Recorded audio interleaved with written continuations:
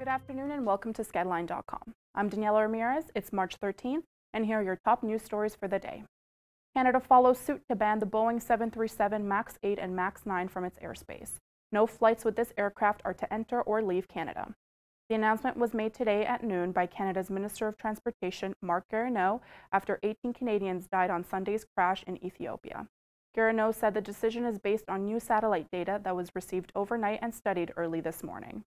Sunwing was the first Canadian aircraft to cancel its MAX 8 flights, although Sunwing states it was not due to safety concerns but rather commercial reasons. Various countries have banned the aircraft following the second tragedy involving the Boeing 737 MAX 8 in the last 6 months. As many as 100 children and many others are believed to be trapped under the 3-story building that collapsed this morning in Nigeria's capital, Lagos.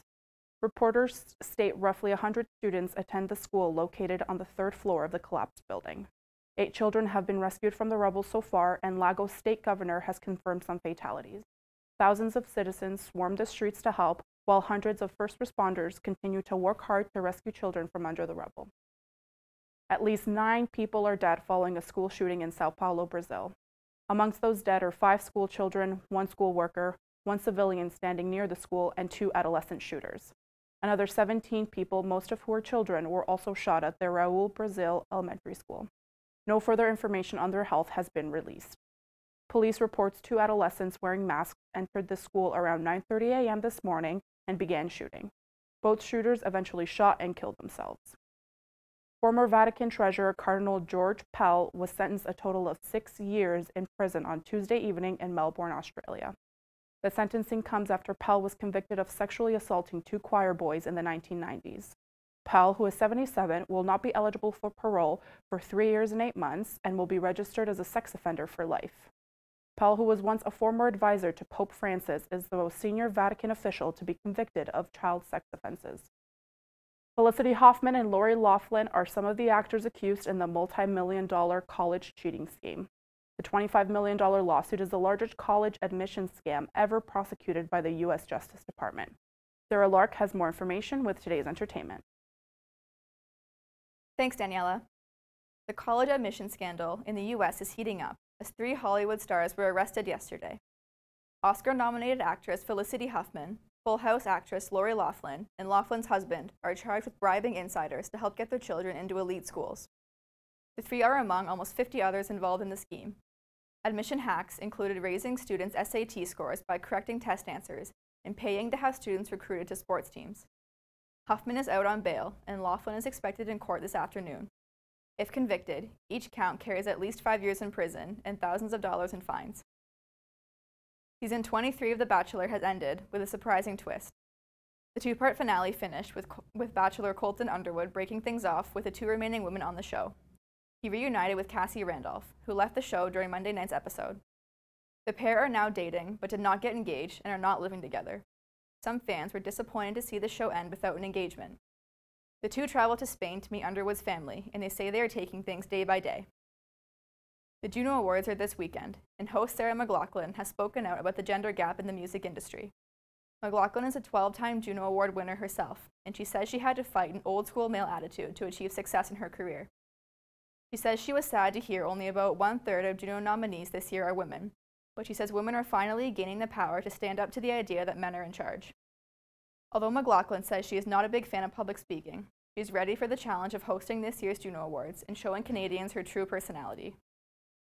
The Catholic Diocese of Brooklyn has demanded an apology from Saturday Night Live following Pete Davidson's skit this past weekend. Davidson compared supporters of the Catholic Church to R. Kelly fans, saying supporting the church in the midst of its sex abuse scandal is similar to being a fan of the rapper, who is also facing sexual abuse charges. The diocese posted on its website, calling the skit disgraceful and offensive, and demanded a public apology. It also said no one should joke about victims of sexual abuse, and the skit offended millions of people. SNL producers have not responded to the statement. That's it for your entertainment news. Now here's Justin with sports. Thanks, Sarah. I'm Justin Field, and these are today's top sports stories. In NFL news, Odell Beckham Jr. has been traded from the New York Giants to the Cleveland Browns in a blockbuster deal, according to multiple sources. The 26-year-old NFL receiver described the trade in one word to ESPN's Josina Anderson. "Wow," he said. Reaction online has been mixed. with Browns fans ecstatic and Giants fans more somber. Even some internet memes have popped up as a result of the trade. League rules officially don't allow teams to announce trades until 4 p.m. on Wednesday, March 13th, but that hasn't stopped anyone from talking. Beckham became the NFL's highest paid receiver with a $95 million contract extension with the Giants in 2018. Now over to the NHL, where the Toronto Maple Leafs are taking on the Chicago Blackhawks at home tonight at 7 p.m. The Leafs will try to bounce back from a 6-2 loss against the Tampa Bay Lightning on March 11th. The Blackhawks are coming into Toronto with a 3-game winning streak, hoping to build off the momentum and make their way up the standings to a playoff spot. The Leafs will enter the arena tonight without the help of forward Kasperi Kapanen, who is listed as out with a concussion. The Pittsburgh Penguins' Evgeny Malkin reached the 1,000-point mark last night by tallying 2 assists against the Washington Capitals.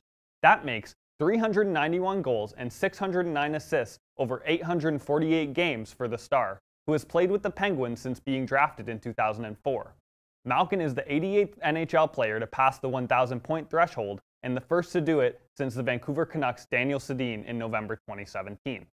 Malkin said that after weeks of tension, he can finally breathe again, and thanked his friends and family for their support. It was also a big night for another Russian player on the ice, as the Washington Capitals' Alexander Ovechkin got his 1,200th career point. Lastly, another milestone for Montreal Canadiens goaltender Carey Price, as he passes Jacques Plante for the most wins in franchise history. Price reached the new record with a 3-1 rally at home against the Detroit Red Wings last night. The 31-year-old goalie from Anaheim Lake, British Columbia, is no stranger to success, and is considered by many to be one of the best goaltenders in the world. Price made 20 saves in the win, an important game for the Canadiens as they battle for a playoff spot. The previous record made by Plante has gone untouched since the late goaltender won his 314th game in 1963. Price shared this milestone with the 21,302 fans in the Bell Centre in Montreal, who he has had a tumultuous relationship with. Canadiens fans are notoriously hard on their players, especially goalies, which Price has learned firsthand, getting booed by his own fans on multiple occasions. But not last night. Price was met with the sound of more than 20,000 fans on their feet cheering his name. "It was a great time to share with the fans," said Price. "I'll definitely have time to reflect on it, but I don't feel that time is quite yet." With 12 games left in the season and a playoff spot up for grabs, the team and Price still have a long way to go. And that's all for today's newscast. Check skedline.com for more stories. Once again, I'm Justin Field, signing off.